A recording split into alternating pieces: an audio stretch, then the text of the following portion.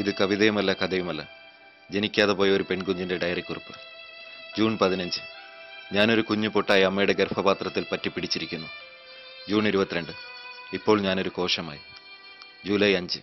അമ്മ അച്ഛനോട് പറയുക, നമുക്കൊരു വാവ ഉണ്ടാവാൻ പോവുകയാണെന്ന്. അമ്മയ്ക്കും അച്ഛനും എന്ത് സന്തോഷമായിരുന്നു. ജൂലൈ 26. എനിക്കിപ്പോൾ അമ്മ പോഷണങ്ങൾ തരാൻ തുടങ്ങിയാലോ. അച്ഛമ്മ പറഞ്ഞു അമ്മയോട് നന്നായി ഭക്ഷണം കഴിക്കാൻ. ആഗസ്റ്റ് 3. അമ്മ സുന്ദരിയായി പുറപ്പെട്ടിരിക്കുകയാണ് സ്കാനിങ്ങിന് പോവാൻ. അച്ഛൻ അമ്മയെ മെല്ലെ സൂക്ഷിച്ചാണ് കാറിൽ കൊണ്ടുപോണേ, എനിക്ക് ഇളക്കം തട്ടാതിരിക്കാൻ. ഡോക്ടർ സ്കാനിങ് ചെയ്യുമ്പോൾ അമ്മയുടെ വയറമർത്തിയപ്പോൾ എനിക്ക് പേടിയായി. പിന്നെ അമ്മയുടെ വയറ്റിലാണല്ലോ എന്നതെനിക്ക് ധൈര്യം തന്നു. ആഗസ്റ്റ് 12. എനിക്കിപ്പോൾ കുഞ്ഞു കൈയും കാലും വയറും തലയും ഒക്കെ വന്നല്ലോ. അമ്മയുടെ ഹൃദയമിടിപ്പും ശബ്ദവും എനിക്ക് കേൾക്കാം. വേഗം പുറത്തെത്തി എൻ്റെ അമ്മയെ കാണാൻ കൊതിയായി എനിക്ക്. ആഗസ്റ്റ് 25. അമ്മ വീണ്ടും സ്കാനിങ്ങിനും. അച്ഛൻ ചോദിക്കുക ഡോക്ടറോട് ഞാൻ എന്ത് വാവയാണെന്ന്.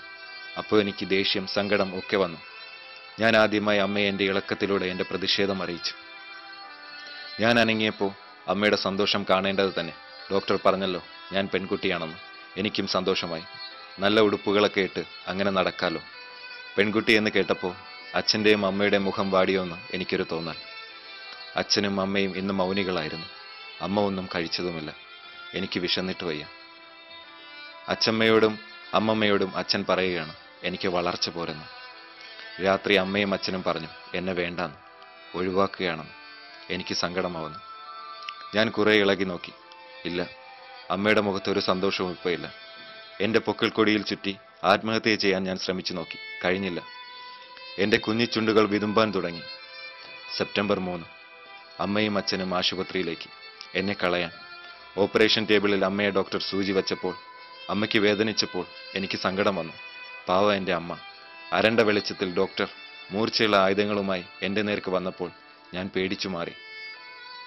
എൻ്റെ പ്രതിഷേധം വകവയ്ക്കാതെ എൻ്റെ കുഞ്ഞു കാൽവിരലുകളെ അവർ ആദ്യം നുറുക്കിയെടുത്തു. വേദന കൊണ്ട് ഞാൻ പുളഞ്ഞു. പിന്നെ എൻ്റെ കാലുകൾ, കൈകൾ, ഉടൽ എല്ലാം 15 മിനിറ്റ് കൊണ്ട് അവർ കലക്കിയെടുത്തു. 4 മാസം പ്രായമുള്ള ഭ്രൂണമാണെങ്കിലും എനിക്കുമുണ്ടായിരുന്നു ആത്മാവ്. ഞാൻ കണ്ടു അമ്മയുടെയും അച്ഛൻ്റെയും മുഖത്ത് സന്തോഷം. അങ്ങനെ എൻ്റെ ആത്മാവും നിലാവിൻ്റെ കൽപ്പടവുകൾ കയറി യാത്ര തുടർന്നു. ഇനിയുള്ള കുറിപ്പിന് തീയതികളില്ല.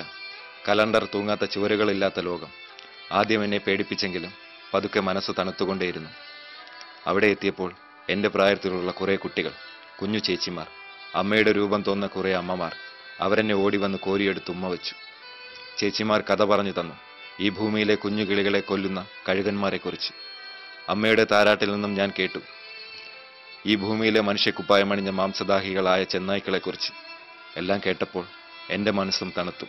അമ്മയോടും അച്ഛനോടുമുള്ള ദേഷ്യവും മാറി. എൻ്റെ ഭാഗ്യത്തെക്കുറിച്ചോർത്തു.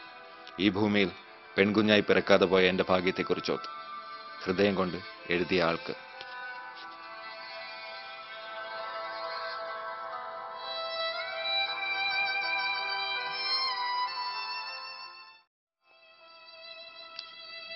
ഇത് കവിതയുമല്ല കഥയുമല്ല, ജനിക്കാതെ പോയ